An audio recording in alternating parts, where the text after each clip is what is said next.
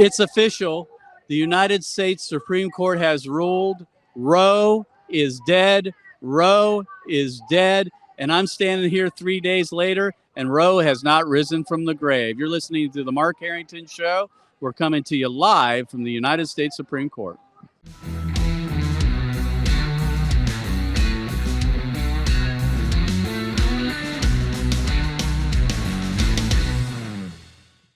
Activist Radio, the Mark Harrington Show is brought to you by Created Equal, and you can donate to our work by going to createdequal.org. We're standing right in front of the United States Supreme Court.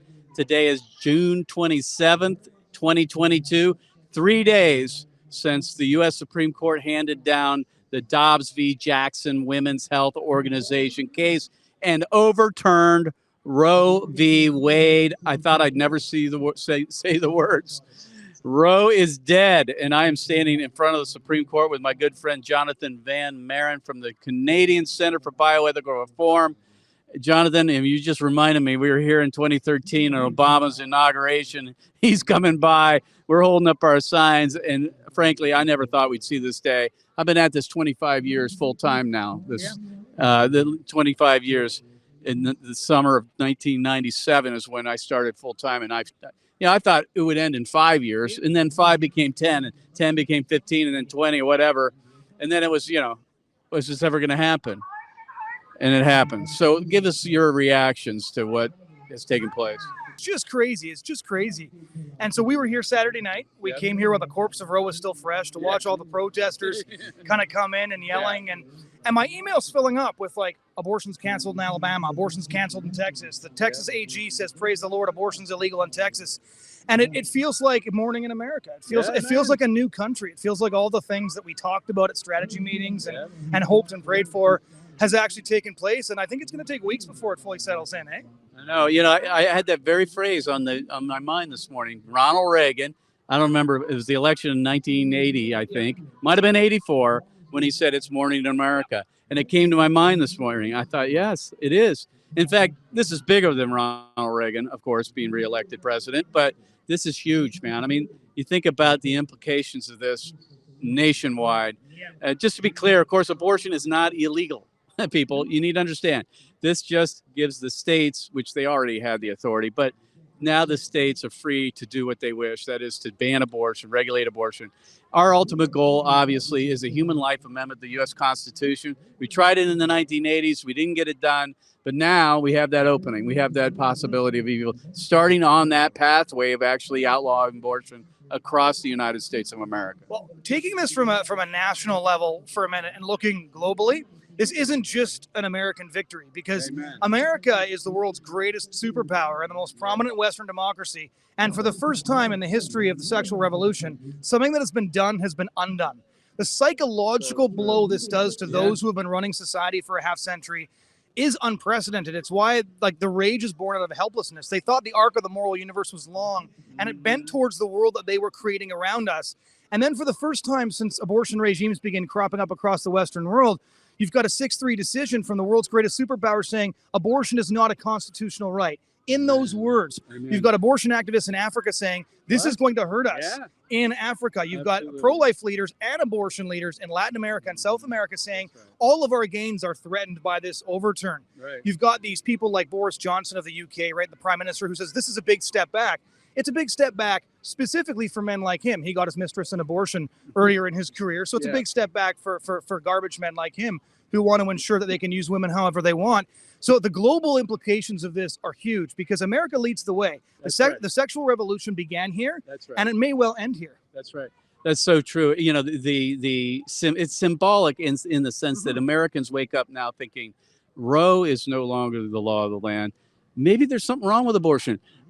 States are passing laws to ban it, making it illegal. Oh, maybe this isn't moral. Maybe this isn't right. It's not a constitutional right.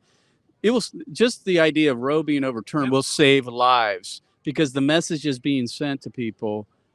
Take that pause now. It's like, oh, maybe abortion is not a good thing. Maybe it shouldn't be legal, and maybe I shouldn't have an abortion. So we don't even know the implications of that on public opinion over the next weeks, months, and even years. We can only hope that it's going to lead to a real decrease in support of abortion, almost has to. Yep. If you look at when the gay marriage decision came down here in 2015, Americans were split, but once that came through the U.S. Supreme Court, it's like, oh, if it's legal, it's moral. And I want to make that point because this has a lot to do with what you've been doing and the other pro-life leaders, some of whom are here today, have been doing for all these years, is that when Obergefell came down, it's true, the majority of Americans opposed same-sex marriage. Right. California had voted by popular vote to keep same-sex marriage out, and then suddenly we have a flip, and 60% of Americans are like, fine, it's okay. Right. But with abortion, though, because of the work of the pro-life movement over the past decades, year after year, in 1991, when Gallup started polling on this issue, every year more Americans declared themselves pro-life. Like, this victory was made literally possible in so many ways by the work Create Equal does, by the work CBR does, by the work our friends at Survivors do, like all of these grassroots organizations, because unlike all these other things, like same-sex marriage, abortion was legalized. And instead of the majority of Americans saying, okay, law's a moral teacher, I guess it's okay. Instead, because of the tens of thousands who took to the streets, abortion transformed the politics of the American Republic.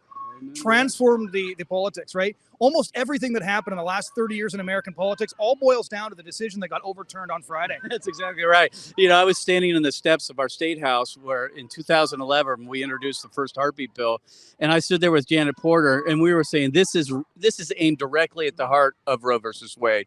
And at the time, we had no idea what the implications of that were. But over the 10 years, we've seen this hopper being filled with pro-life legislation restricting and banning abortion. The Supreme Court could no longer ignore the avalanche of pro-life legislation. They said they had to do something. They were forced to do it.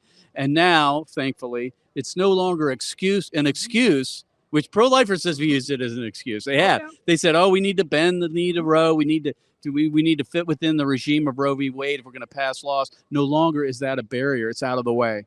And every law that kind of came through another hairline crack in Roe v. Wade, slowly but surely, until we started to hear this great cracking roar that culminated this weekend.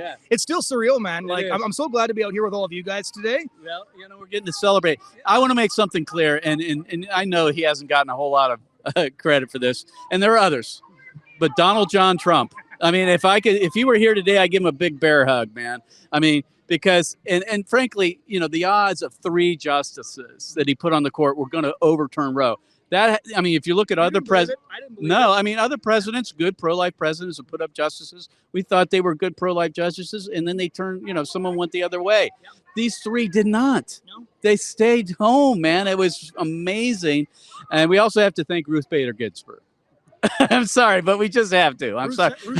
Ruth sent us. Ruth sent us. The timing of her passing in the final year of Donald Trump's presidency, and then putting Amy Coney Barrett on the court was really the tipping point. Sometimes the inner machinations of Providence become very obvious. And that was the case there. We had a conversation. Actually, I was here for Trump's inauguration. You were here too, were you not? Yeah, so was, of course. The Women's March. Of course. Yeah. All right. Not as supporters, no. Of course. No. But that is actually another thing. I remember we talked about this when Brett Kavanaugh and Neil Gorsuch and stuff were confirmed. I just want to thank all the abortion protesters for what they did to Brett Kavanaugh, because I think he went from a squish to a guaranteed vote afterwards. We said that afterwards, right? Like they basically made his life hell. They called him a gang rapist. They went after him, and if he wasn't an anti-Roe vote before that, I think that might have changed his mind. And the leak too. I mean, it backfired. If that was meant to give these guys pause on their convictions to overturn Roe, it backfired big time. If nothing else, it galvanized them to say we're not going to cave to pressure. And I appreciate that from our justices here that said, and listen, we're going to do the right thing irrespective of what happens in the streets or the public opinion and all that. So, it's a monumental day. Again, we're in front of the U.S. Supreme Court here live on Monday, June 27. We're here with our team this week. We planned it in the event that this would take place. We missed it by a day. But we're going to be out on the street all week. We're going to be at the White House. We're going to be, in the mall. We're going to be all over the city, reaching people because our work has not ended. In fact, it's just begun. This is the end of the beginning, as Winston Churchill famously said. Mm-hmm. No, that's exactly right. All the things that were impeding us from getting what we wanted have now been removed out of the way. And the only other comment I have about the Supreme Court, any comments you have on this, Mark, would be interesting, is Chief Justice John Roberts. We talked about this on Saturday night. The thing that is so strange to me is that of all the justices, of all their records, he was the only one that seemed like a shoo-in from his resume before his appointment, right? Yep. He filed the brief on behalf of the H.W. Bush administration asking for the overturn of Roe. Yep. He defended Operation Rescuers who are blockading abortion clinics. His wife worked for Feminists for Life. Yep. And as a pro bono legal counsel for years, even after she was no longer the vice executive director. And he didn't go all the way.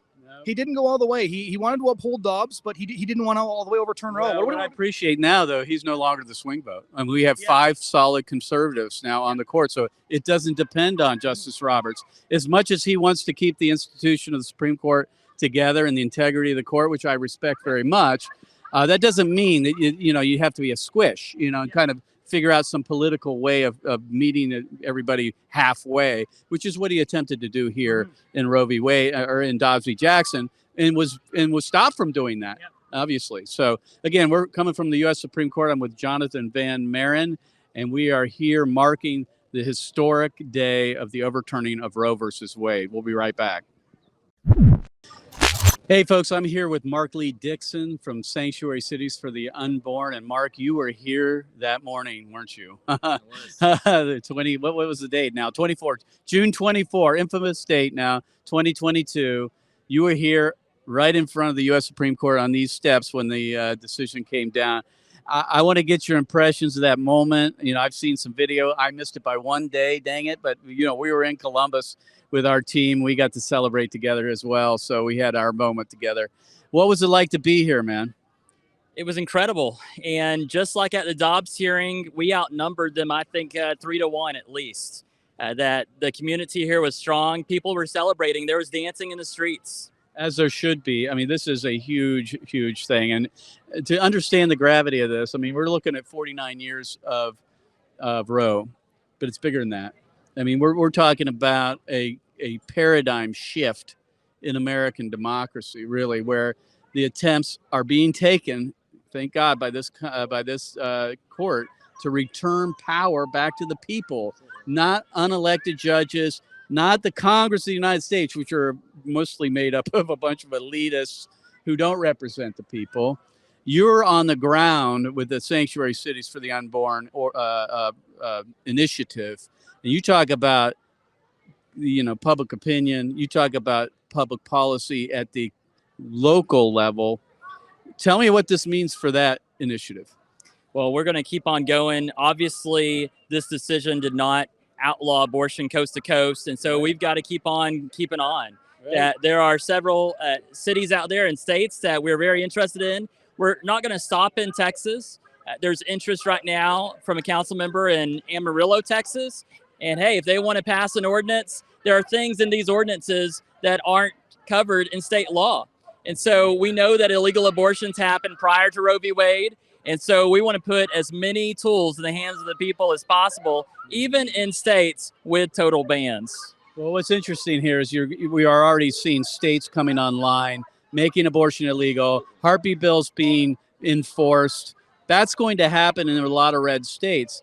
But in some blue states, right, where you have abortion still legal, a local city can pass an ordinance, right? I mean, I know you're working mostly in the red states.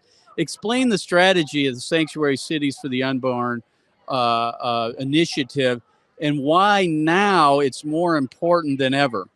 Absolutely. Well, right now, look at Nebraska, for instance. Nebraska is a divided state, not completely red, has a blue dot, but we're seeing Lincoln, Nebraska has made some horrible decisions. People rose up and kicked back some on some of the horrible decisions their council made, but people have to get involved at the local level. They have to pay attention to their mayor, city council, school board because that's the avenues that this kind of thinking comes in that liberalizes their cities. Yeah. And so it is important for cities to stand up.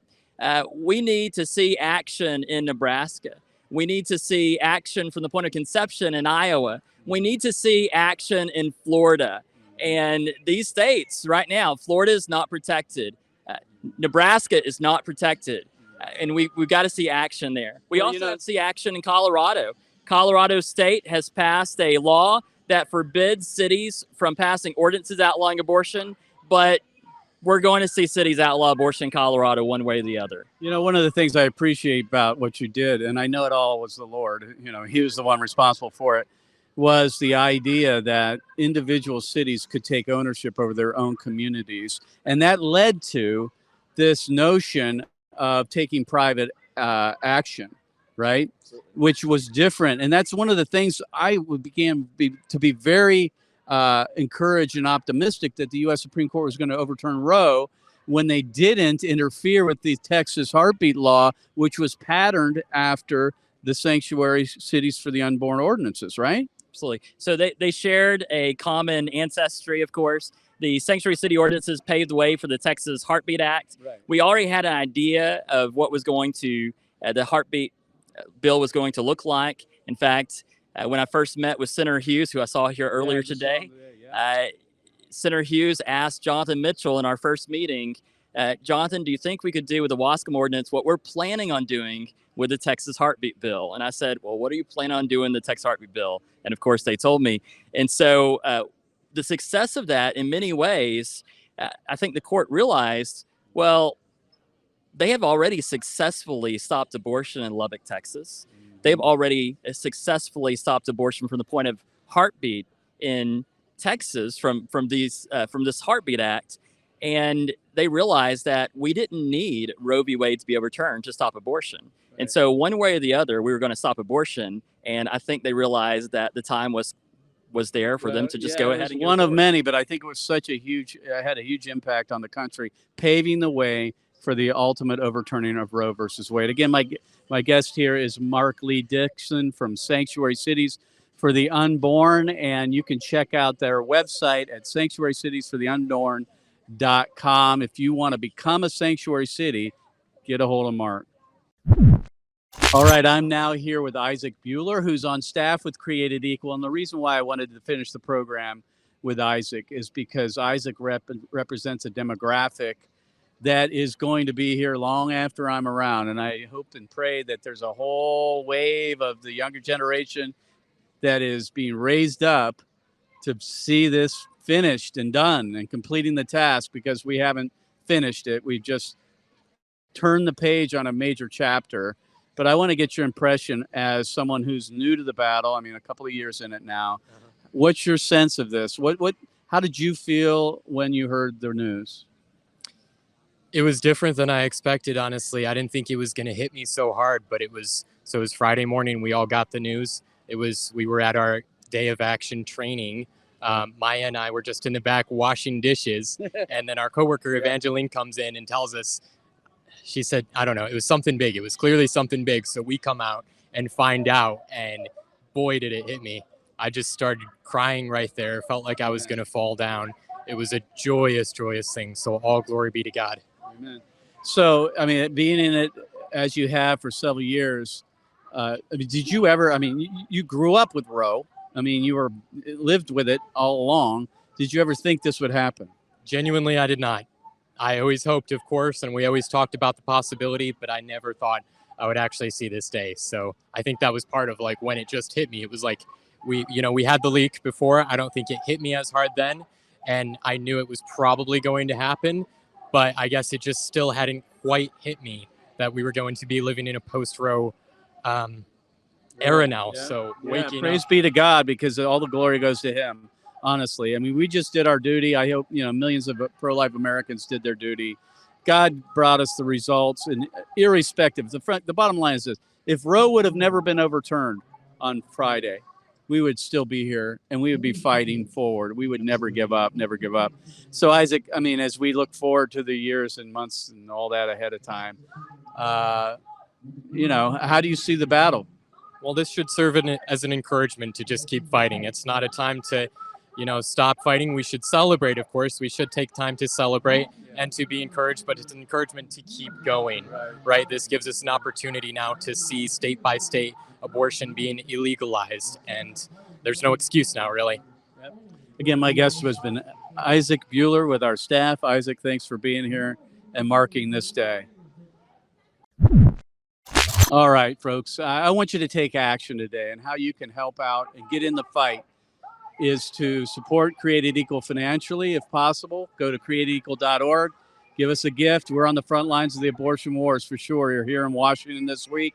A lot of people cautioned us, said, don't come to Washington. Of all places, don't come to Washington. I said, that's the very place we need to be, because that's where abortion is being debated at this very moment. It's in the news. We're unafraid of that kind of situation. We take precautions, but we are unafraid. We are unashamed. We are not going to cede to the enemy the public square just because of the threats of crazy individuals and groups like Jane's Revenge. So we're here in Washington, and if you want to support us, go to createdequal.org, donate. The other thing is spread the news of the Mark Harrington Show. You can subscribe to the podcast. You can share it, and you can leave a 5-star review. And let me just finish with a word to my friends, my dear friends who consider themselves abolitionists on abortion. I want to let you know we are in like mind. We always have been on what happened behind here. We have never believed that Roe v. Wade was legit. I have always said that Roe v. Wade was not constitutional. I have never bent the knee to it, nor has the movement. We just chose to work through the courts to try to bring it down. And now that it's down, now that it's dead, we have removed that impediment as far as pro-lifers saying that they have Roe v. Wade has to be overturned to do the right thing. That no longer is the case. It shouldn't have been a reason before. It's not a reason now, for sure, because it's been removed. So we have that in common. So let's work together to pass laws and legislation, bills in state legislatures, referendums on the state constitutions to protect the unborn from conception, equal protection bills. This decision of Dobbs v. Jackson did not go far enough, okay? It did not go far enough. I think we all recognize that. The U.S. Supreme Court should have recognized what our founders believed when they penned the 5th and 14th Amendment, that include all persons born and unborn. They didn't recognize that. I wish it would have gone that far. I wish abortion was illegal across the country with a ruling like that, but it didn't happen. At least we have this, where it can be sent back to the state legislatures. We hope there's a day that the U.S. Supreme Court does come down on the side of life and recognize personhood from conception in those two amendments, and thus outline abortion across the country. But in the time between then and now and then, in the meantime, we can work state by state by state to save lives and protect unborn babies, ultimately leading to an amendment to the U.S. Constitution, if that's necessary, to protect the unborn. I know it's a high and tall order. It's going to be very difficult to pull off, but we're going to do our best to do it. So it starts in your state by outlawing abortion and then working towards a constitutional amendment, which would take 3/4 of the states to ratify and 2/3 of the U.S. Constitution or the U.S. Congress to propose it. So it's a long day ahead. A long fight ahead of us, but we are ready and able to go for it. And we need you guys to join us. We can't do this alone. Everybody can have a stake in this battle now. It's not 9 justices on the Supreme Court. It's not a president of the United States. It's not federal elections. Now it's your local and state elections that matter. And so you can really have an impact now like never before, because now the authority is now the state, at the state level. So I exhort you, get involved, join us. We will support you and help you to take our resources out into the public square. You can go to our website at createdequal.org, click on the store.